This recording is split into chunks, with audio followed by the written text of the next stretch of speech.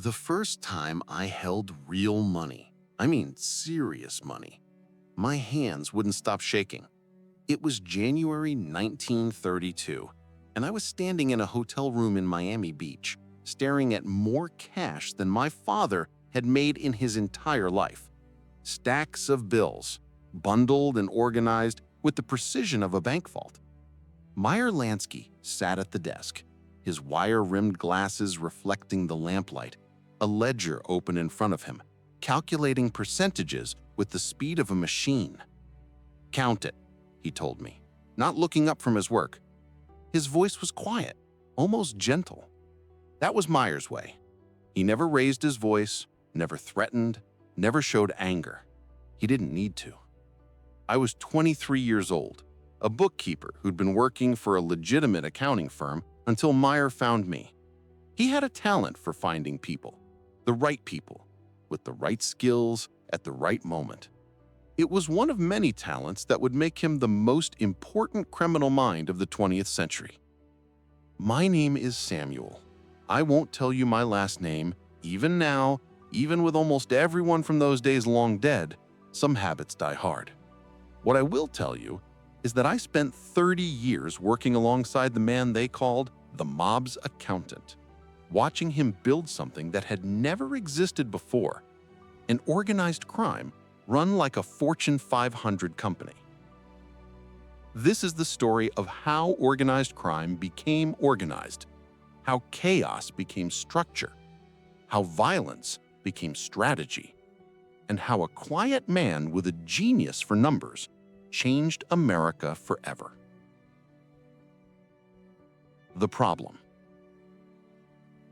To understand what Meyer built, you have to understand what existed before him. In the 20s and early 30s, organized crime was exactly what those words implied. Organized, but barely. You had families, territories, bosses, but you also had constant warfare, irrational decisions driven by pride and revenge, money flowing in, but also flowing away through inefficiency and corruption. Take a typical operation. A bootlegging crew brings in a shipment of Canadian whiskey, sells it to speakeasies across the city. Sounds simple, right? But here's what actually happened. The crew stealing some product for themselves, the distributors skimming off the top, the speakeasy owners lying about how much they sold, the police demanding larger bribes, rival gangs trying to hijack shipments, and nobody keeping accurate records of any of it. Millions of dollars flowing through the system, but how much profit was actually being made? Nobody knew. Nobody could know, because there was no system for knowing. Meyer saw this chaos and recognized it for what it was, a business problem with a business solution. I remember him explaining it to me one night in 1933, after Prohibition had ended, and everyone was scrambling to figure out what came next. We were in his office, a small, nondescript room above a restaurant in the garment district. Nothing fancy, nothing that would attract attention. That was always Meyer's style. "You look at these numbers," he said, showing me financial records from various operations. "This crew here, they're bringing in $50,000 a month in gross revenue. But after expenses, after all the hands that money passes through, the actual profit is maybe $5,000, 10%. He paused, letting that sink in. "Now look at this operation. Same gross revenue, but they're netting $20,000, 40% profit. You know the difference?" I studied the ledgers. Both operations seemed similar. Same product, same market, same basic structure. "Accounting," Meyer said. "This crew keeps detailed records, knows exactly where every dollar goes, has systems in place to minimize theft and waste. The other crew?" He shook his head. "They're just guessing." That was Meyer's revelation, the insight that would transform organized crime. Treat it like a business, because that's what it was. Apply business principles, accounting, efficiency, long-term planning, and you could multiply profits while actually reducing risk. the partnership. Meyer didn't work alone. Nobody could build what he built working alone. His closest partner was Charles Luciano. Lucky, everyone called him, though that nickname came later, after he survived what should have been his murder. Where Meyer was the strategist, the planner, the financial architect, Lucky was the diplomat, the one who could bring people together, who could see the big picture and make others see it too. It was a gift, and he used it masterfully. The third member of their core group was Benjamin Siegel. Bugsy, though he hated that name. Bugsy was the enforcer, the one who made sure decisions were implemented, who dealt with people who didn't want to cooperate. But he was more than just muscle. He had vision, saw possibilities others missed, and wasn't afraid to take risks. Together, these three men, a Jewish financial genius, an Italian-American diplomat, and a volatile but brilliant enforcer, would reorganize American crime from the ground up. The partnership worked because each man understood his role and respected the other's expertise. Meyer didn't try to negotiate deals. That was Lucky's strength. Lucky didn't try to manage money. That was Meyer's domain. And neither of them tried to handle enforcement. That was Bugsy's job. It was the division of labor, the same principle that made legitimate corporations efficient, applied to criminal enterprise. The innovation. In 1932, Meyer made a move that would revolutionize organized crime. He began transferring money to Swiss bank accounts. Let me explain why this was so significant. Before Meyer, criminals kept their money close, literally. Cash in safes, hidden in walls, buried in backyards. This created enormous problems. The money could be stolen.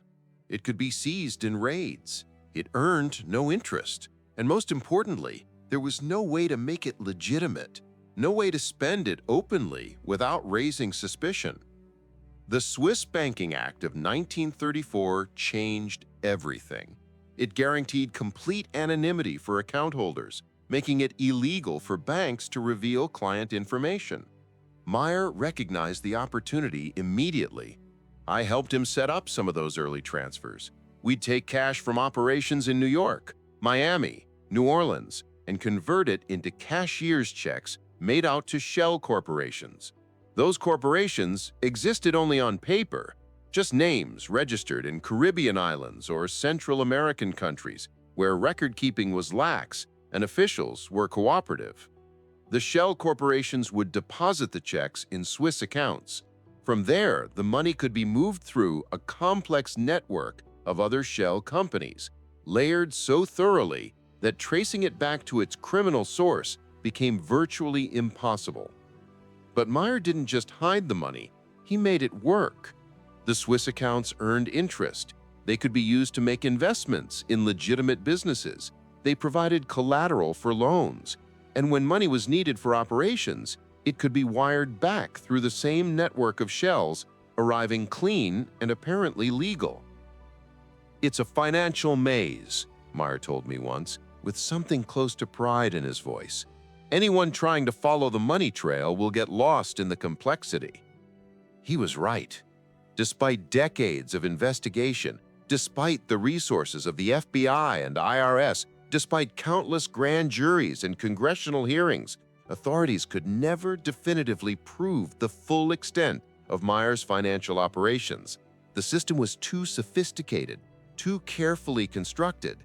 This was money laundering in its modern form, and Meyer invented it. The structure.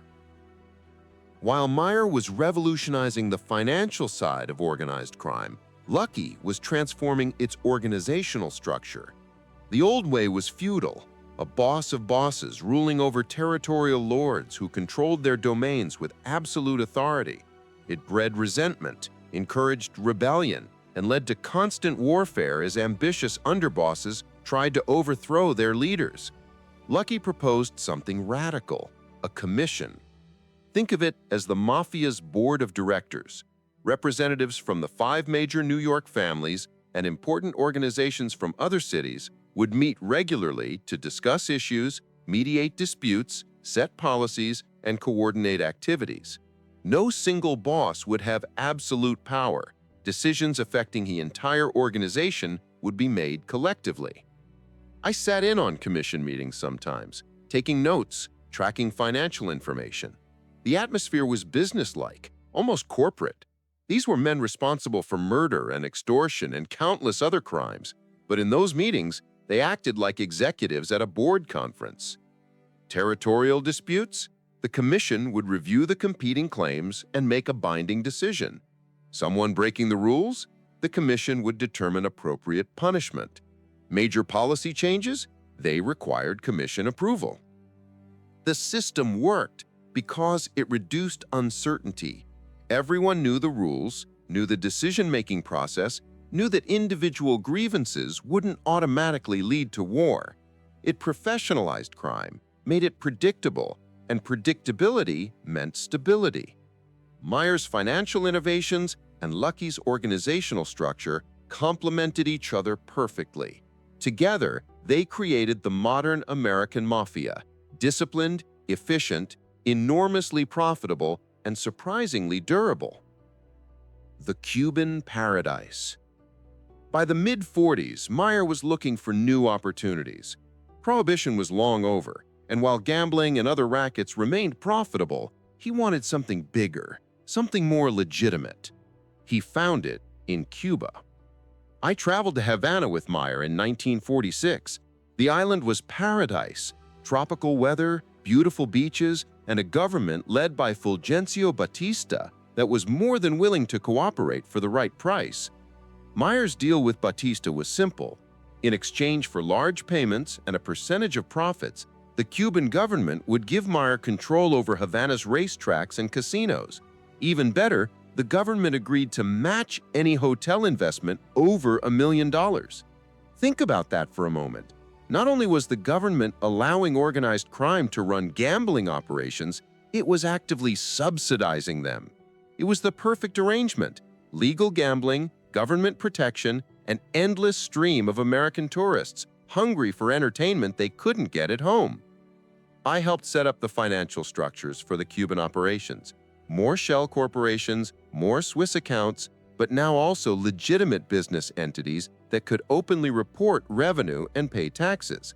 We were money laundering in reverse, taking clean casino profits and funneling them through the same networks that had been used to hide dirty money, creating a financial web so complex that legitimate and illegitimate operations became indistinguishable. Havana in the late 40s and early 50s was extraordinary. The casinos ran 24 hours a day. American celebrities filled the hotels. Money flowed like water. And at the center of it all was Meyer, quiet and unassuming, managing an empire from behind the scenes. Lucky was there too, at least for a while. He'd been deported to Italy after his release from prison, but had secretly moved to Cuba to resume control of operations. The U.S. government eventually pressured Batista into deporting him back to Italy, but the Cuban operation continued for another decade. It only ended when Castro took over in 1959 and nationalized all the casinos. Overnight, millions of dollars in investments disappeared. The perfect arrangement was destroyed. But by then, Meyer had already diversified, already had operations in Las Vegas, Miami, and New Orleans. Cuba was a loss, but not a catastrophic one. The Desert Vision. While Meyer was building the Cuban empire, Bugsy Siegel was developing his own vision.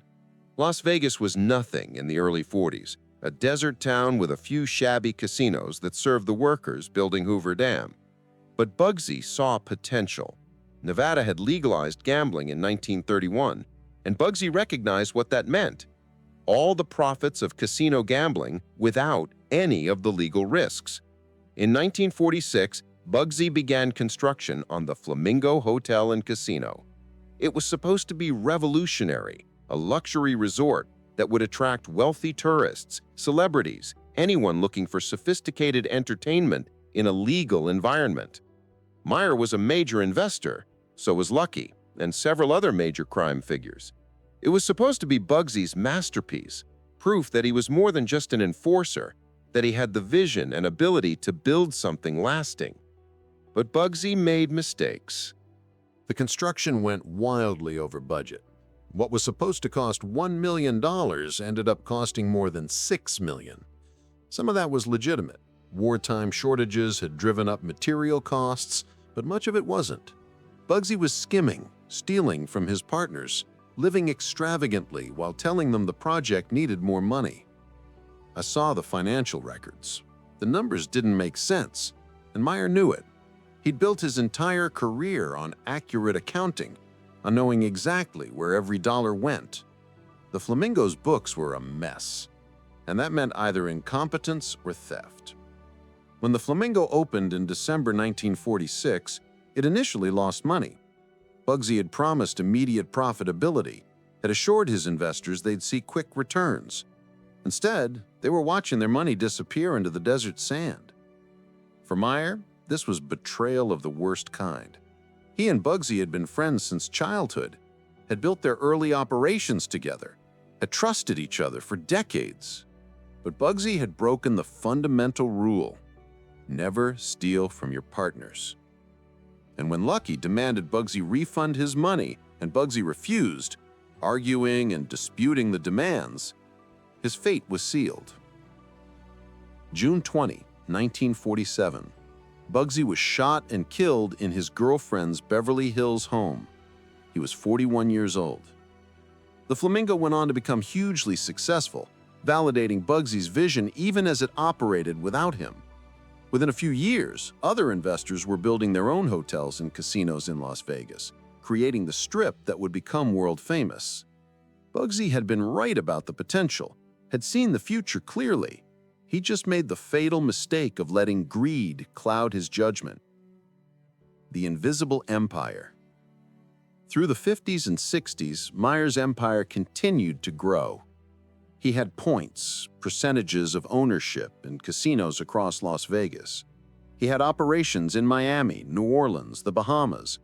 He had investments in legitimate businesses, real estate, hotels, restaurants, that provided legal income and explained his lifestyle.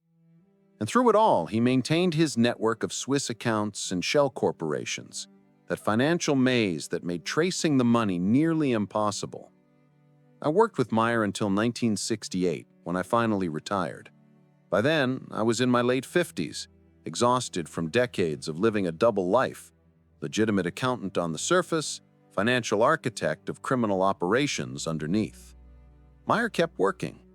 He was in his 60s by then, but showed no signs of slowing down. His mind was as sharp as ever, still calculating percentages, still seeing opportunities, still managing the complex web of operations that stretched across the country and beyond. In the early 70s, the government made one final attempt to bring Meyer down. They tried to prove that he'd hidden hundreds of millions of dollars in illegal profits.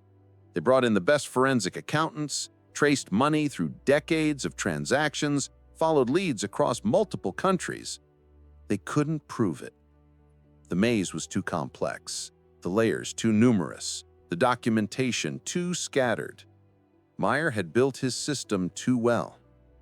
In the end, Meyer Lansky died peacefully in Miami Beach in 1983, having avoided any serious prison time despite his lifetime in organized crime. He was 81 years old. Newspapers called him the financial genius of the underworld and estimated his hidden wealth at $300 million. Meyer denied having that much money, though he admitted he'd made a fortune from bootlegging. Whether he was telling the truth or protecting assets he'd hidden, no one could say for certain. The maze kept its secrets. The cost of genius. I'm 94 years old now, one of the last people alive who knew Meyer personally, who worked alongside him, who saw the empire from the inside. When I think about those years, I feel a complicated mix of emotions. Pride in the work because it was brilliant work, financially sophisticated in ways that even legitimate businesses weren't attempting at the time. Guilt about the source of that money, the suffering that funded our operations, the lives damaged by gambling addiction and drug distribution. Meyer used to say we were no different than the railroad barons or the oil tycoons. They broke laws, destroyed competitors, corrected officials, all in pursuit of profit. The only difference was they'd done it early enough and successful enough to become respectable. There's some truth to that. The line between legitimate and illegitimate business has always been blurrier than comfortable people like to admit. Standard Oil engaged in practices that would be criminal today. The railroads received government land grants that amounted to legal theft from Native Americans. Banking dynasties built fortunes through manipulation and exploitation. But I also think Meyer's comparison, while clever, wasn't quite fair. There were differences, important ones. We knew we were breaking the law. We profited from human weakness and addiction. We used violence when necessary to protect our interests. You can't wash that away with clever arguments about capitalist morality. The legacy. Meyer's innovations transformed organized crime forever. Money laundering techniques he pioneered in the 30s are still used today, though they've become more sophisticated as banking regulations have tightened. Shell corporations, offshore accounts, complex corporate structures that obscure ownership. These are tools of both criminal enterprises and legitimate tax avoiders. The commission structure that Lucky created, with Meyer's support, lasted for decades. It brought stability to organized crime, reduced warfare, increased profits. Even now, though diminished, elements of that structure still exist. And the model of treating crime like a business, of applying corporate principles to illegal operations, that became the standard approach. Modern drug cartels, human trafficking networks, cybercrime organizations, they all use variations of the techniques Meyer developed. I don't know if Meyer thought about legacy. He wasn't sentimental, wasn't given to reflection or philosophy. He thought about problems and solutions, about risks and rewards, about systems and structures. But he changed the world nonetheless.